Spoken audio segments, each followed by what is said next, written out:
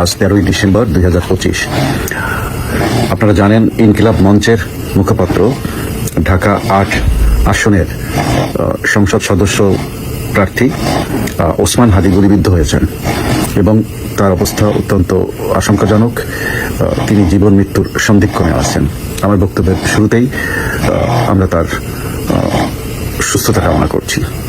এখন আসুন তার মৃত্যু নিয়ে, তার এই অসুস্থতা নিয়ে বা তার এই গুলিবিদ্ধ অবস্থা নিয়ে কিভাবে রাজনীতি শুরু হয়েছে সেটা হলো, এই ঘটনার পর যখন মির্জা আব্বাস বিএনপি নেতা তিনি হসপিটালে এই ওসমান হাদী সাহেবকে দেখতে গেলেন, তখন সেখানে উপস্থিত এনসিপি, তারপর সমন্বয়করা, তারপরে আপনার এই ইনকিলাব মঞ্চের নেতৃবৃন্দ, এরা সব মিলে মির্জা আব্বাসকে অপমান করলো এবং তাকে খুনি বলে তাকে অপমান করলো। শুধু গায়ে হাত দেয়নি, কিন্তু তার বিরুদ্ধে স্লোগান, তাকে মারতে আসা, তাকে গাড়িতে ওঠার সময় উঠতে না দেওয়া ইত্যাদি ইত্যাদি নানানভাবে অপমান অপদস্থ করেছে। এরপর বিএনপি থেকে একটি সংবাদ সম্মেলন করে সারা বাংলাদেশে এই হাদী উপরে যে আক্রমণ হয়েছে তা নিন্দা জানিয়ে মিটিং মিছিল এবং বিচার দাবি এবং অভিযুক্তদের গ্রেফতারের কর্মসূচি ঘোষণা করা হয়েছে। একইভাবে আপনার যিনি এই শিবিরের নেতা, তিনি হলেন এই আপনার একই আসনের প্রার্থী সাইম সাদিক। তিনি কিন্তু এই একই ঘটনা নিয়ে নানান রাজনীতি শুরু করেছেন। তিনি দোষ দিচ্ছেন বিএনপিকে এবং বিএনপির রাজনীতি নিষিদ্ধের দাবি তুলেছেন তিনি, সাইম সাদিক। আবার সারা দেশে মির্জা আব্বাসের বাড়িতে আক্রমণের কর্মসূচি নিচ্ছে এইসব দলগুলো, এই শিবির বা এনসিপি বা সমন্বয়করা বা ইনকিলাব মঞ্চ, এরা মির্জা আব্বাসের বাড়িতে আক্রমণ, আগুন, এরকম ধরনের কর্মসূচি নিতে যাচ্ছে। আবার সারা দেশে এই হাদির জন্য দোয়া মাহফিল, মিলাদ মাহফিলের আয়োজন করছে শিবির, জামাত, এরা। তো মোটামুটি এটা নিয়ে রাজনীতি কিন্তু সাংঘাতিকভাবে জমে উঠেছে। এমন সময় সরকার দেখছে যদি এনসিপি, জামাত আর বিএনপি এরা মুখোমুখি একে অপরের সাথে গোলমাল বেঁধে যায়, তাহলে এই সরকার টিকবে না। এমনিতেই আওয়ামী লীগ তো 3 দিনের কর্মসূচি আছে। আজকে 13 তারিখ সারা বাংলাদেশ লকডাউন আছে কর্মসূচি। এইরকম অবস্থার ভিতরে যদি বিএনপি আর জামাত, এনসিপি এদের গোলমাল না থামানো যায়, তাহলে সরকার পতন হয়ে যাবে। এই অবস্থায় আমরা যাকে ডাস্টবিন শফিক বলে সহজে সবাই চেনেন, এই শফিক সাহেব একটি মন্তব্য করেছেন যে এই কাজ আওয়ামী লীগ করেছে। এই যে গুলি করা হয়েছে ওসমান হাদীকে, এটা আওয়ামী লীগ করেছে। এইটা বলে দোষটা আওয়ামী লীগের উপর চাপিয়ে দিয়ে ওই 3 দলকে সেভ করার চেষ্টা করছে। এবং একই সময় ডক্টর ইউনূস মিটিং ডেকেছেন, এই 3 দলকে ডেকেছেন, বিএনপি, জামাত এবং এনসিপি। তাদেরকে মিটিং ডেকেছেন, আজকে তাদের নিয়ে তিনি মিটিং করবেন। বোঝাই যাচ্ছে উনি বলবেন তোমরা 3 দল এক হয়ে যাও, তাহলে এই ফাঁকে আওয়ামী লীগ ঢুকে যাবে এবং সরকার পতন হয়ে যাবে, শেষে ফ্যাসিস্টরা সব দখল দিয়ে নেবে, আমরা কিন্তু সব মরবো। এরকম একটা জায়গায় আছে। পুলিশ কিন্তু বলছে তারা সিসিটিভি ফুটেজ উদ্ধার করেছে, তারা হত্যাকারীকে চিহ্নিত করেছে, যে কোনো মুহূর্তে তারা হত্যাকারীকে গ্রেফতার করবে, এটা পুলিশের পক্ষ থেকে বলা হয়েছে। তারপরেও সরকার এরকম একটা জায়গায় নিতে চাচ্ছে যেটা আওয়ামী লীগ ঘটিয়েছে। তার মানে যদি সত্য গোপন করে আরেকটা জজ নিয়ে নাটক সাজানো হয়, তা আপনারা অবাক হবেন না। এটা সরকার করতে পারে। আর বাংলাদেশে এটা করার তো রেওয়াজই আছে। যে দেশে বিচার বিভাগ স্বাধীন নেই, পুলিশ বিভাগ স্বাধীন নেই, দুর্নীতি দমন কমিশন স্বাধীন নেই, সে দেশে এসব হবেই। থার্ড ওয়ার্ল্ড কান্ট্রিগুলোতে এরকম হয়। তো দেখা যাক এটা কোন দিকে যায়। এদিকে সারা বাংলাদেশে জামাত ওয়াজ মাহফিলের আয়োজন করছে। ঢাকা শহরের দেখেন মোড়ে মোড়ে আওয়াজ হচ্ছে, এবং এই ওয়াজ কিন্তু বেশি লোক হয় না, এদের এই 10-15 জন লোক আসে, এই সেখানে গরু কুরবানি দেয়, ফ্রি খাবারের ব্যবস্থা দেখায়, কিছু লোক হয়, ব্যাস ওরা মঞ্চে ভাষণ দেওয়া শুরু করে। সেই ওয়াজে বলা হচ্ছে গত 15 বছর যাবৎ আওয়ামী লীগ নাকি মুসলমানদেরকে নামাজ পড়তে দেয়নি। এমন ওয়াজও করা হচ্ছে যে জামাতকে যারা ভোট দিবে না তাদের ঈমান নষ্ট হয়ে যাবে, তাদের মুসলমানিত্ব খারিজ হয়ে যাবে, এবং জামাতকে যারা ভোট দিবে তারা সবাই ভেস্তে যাবে। এমনও বলা হচ্ছে মৃত্যুর পর তোমাকে প্রথম প্রশ্ন করবে কবরে এসে, জিবরাইল আলাইহিস সালাম তাকে নাকি প্রথম প্রশ্ন করবে তুমি কোন মার্কায় ভোট দিছিলে। তো এইরকম একটা জায়গায় চলে গেছে। কিন্তু কিছু মানুষ বলা বলি করছে তাহলে কি আল্লাহ কি জামাত করে নাকি?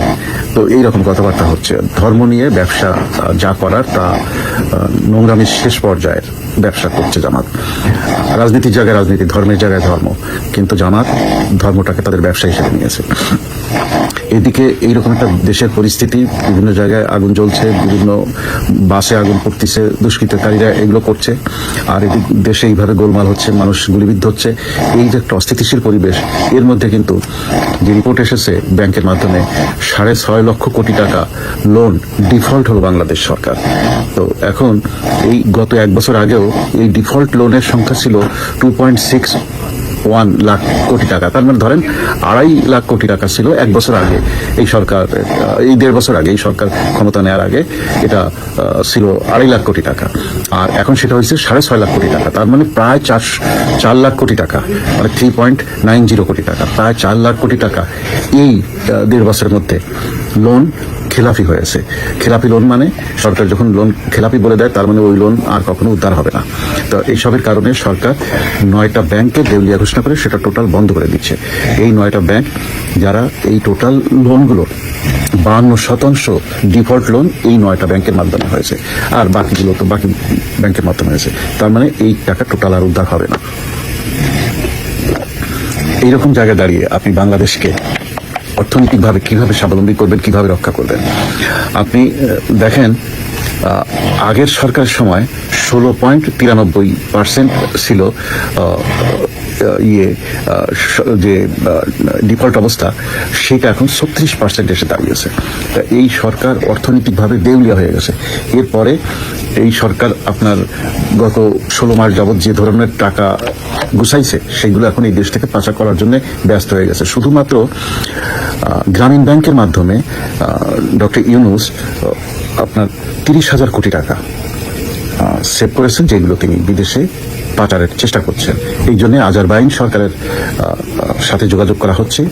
তো তারা এই দেশ ভ্রমণও করে গেছে, ওই প্রেসিডেন্টের 2 মেয়ে, তাদের মাধ্যমে এই টাকা সরানোর চেষ্টা করছে। এগুলো সমস্ত রিপোর্টে বেরিয়ে আসতেছে।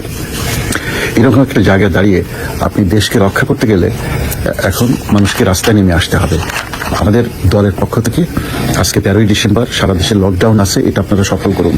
এই সরকারকে আন্দোলন সংগ্রামে যত কোণঠাসা করে ফেলতে পারবেন, বিদেশিদের মাধ্যমে যেসব চাপ আছে, তখন সেই চাপগুলো এই সরকারকে মানতে বাধ্য করাটা সহজ হয়ে যাবে। আপনারা জানেন, রাশিয়া, ভারত, আমেরিকা এরা কিন্তু সবাই চাচ্ছে অংশগ্রহণমূলক নির্বাচন, আওয়ামী লীগকে সহ নির্বাচন করতে দিতে। এই সরকার সেটা নানানভাবে গেম খেলছে, কিন্তু এই গেম আর বেশি দিন খেলতে পারবে না। আর এই যে ফেব্রুয়ারির নির্বাচন, এটা হবে না। এই আপনার মনে আছে যে 2008 সালে আপনার এই 111 সরকারের সময় 8 বার তফসিল পরিবর্তন হয়েছিল, তারপরে নির্বাচন হয়েছিল। তো এই সরকারের সময় তাই হতে যাচ্ছে, সেটা আপনারা শীঘ্রই বুঝতে পারবেন। এই সরকারের পায়ের তলায় মাটি নেই, তাদের এখন পালাবার সময় এসে গেছে। দেশ এখন এমন সংঘাতের মুখোমুখি, গতকাল ঘোষণা হলো আর আজকে গোলাগুলি শুরু হলো। নির্বাচনের তফসিল ঘোষণার পরের দিন থেকেই এই শুরু হয়ে গেছে। এই ডিসেম্বরটা এইরকম ভাবেই যাবে। আপনারা দেখছেন মুক্তিযুদ্ধের পক্ষের শক্তিকে কিভাবে অপমান, অপদস্থ সবখানে করা হচ্ছে। অর্থাৎ মুক্তিযুদ্ধের পক্ষের শক্তি যারা, তারা তো ছাড়বে না। আর বিএনপির এখন উচিত মুক্তিযুদ্ধের পক্ষের শক্তির সাথে দাঁড়ানো। তা না হলে বিএনপিকে এবার কিন্তু যদি বিরোধী দলীয় না হতে পারে, আপনি অবাক হবেন না। কারণ সরকারি দল হয়ে যাবে জামাত, বিরোধী দল হয়ে যেতে পারে আপনার জাতীয় পার্টি। বিএনপি কিন্তু 3rd অবস্থানে চলে যেতে পারে। যে রাজনীতি এখন চলছে, বিএনপিকে তাদের বোধোদয় হোক, তাদের নেতা দেশে ফিরছেন, এই মাসের 25 তারিখ ফিরে আসুক, তার জন্য দোয়া রইল।